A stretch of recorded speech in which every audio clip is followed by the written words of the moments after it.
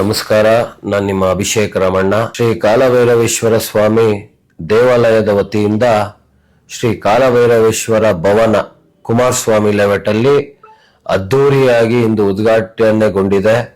ಇದು ನಮ್ಮ ತಂದೆಯವರ ಒಂದು ಮಹದಾಸೆ ಆಗಿತ್ತು.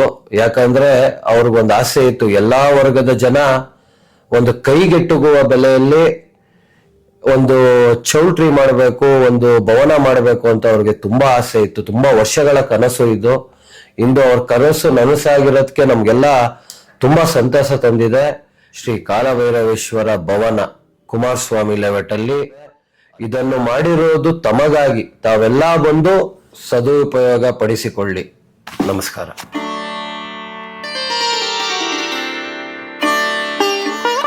ನಮಸ್ಕಾರ, ನಾನು ನಿಮ್ಮ ಅಭಿಷೇಕ್ ರಾಮಣ್ಣ. ಶ್ರೀ ಕಾಲಭೈರವೇಶ್ವರ ಸ್ವಾಮಿ ದೇವಾಲಯದ ವತಿಯಿಂದ ಶ್ರೀ ಕಾಲಭೈರವೇಶ್ವರ ಭವನ ಕುಮಾರಸ್ವಾಮಿ ಲೇಔಟ್ ಅಲ್ಲಿ ಅದ್ದೂರಿಯಾಗಿ ಇಂದು ಉದ್ಘಾಟನೆಗೊಂಡಿದೆ. ಇದು ನಮ್ಮ ತಂದೆಯವರ ಒಂದು ಮಹದಾಸೆ ಆಗಿತ್ತು.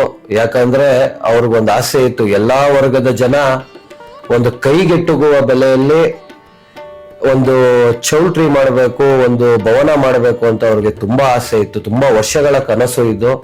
ಇಂದು ಅವ್ರ ಕನಸು ನನಸಾಗಿರೋದಕ್ಕೆ ನಮ್ಗೆಲ್ಲ ತುಂಬಾ ಸಂತಸ ತಂದಿದೆ. ಶ್ರೀ ಕಾಲಭೈರವೇಶ್ವರ ಭವನ ಕುಮಾರಸ್ವಾಮಿ ಲೇಔಟ್ ಅಲ್ಲಿ ಇದನ್ನು ಮಾಡಿರೋದು ತಮಗಾಗಿ. ತಾವೆಲ್ಲ ಬಂದು ಸದುಪಯೋಗ ಪಡಿಸಿಕೊಳ್ಳಿ. ನಮಸ್ಕಾರ.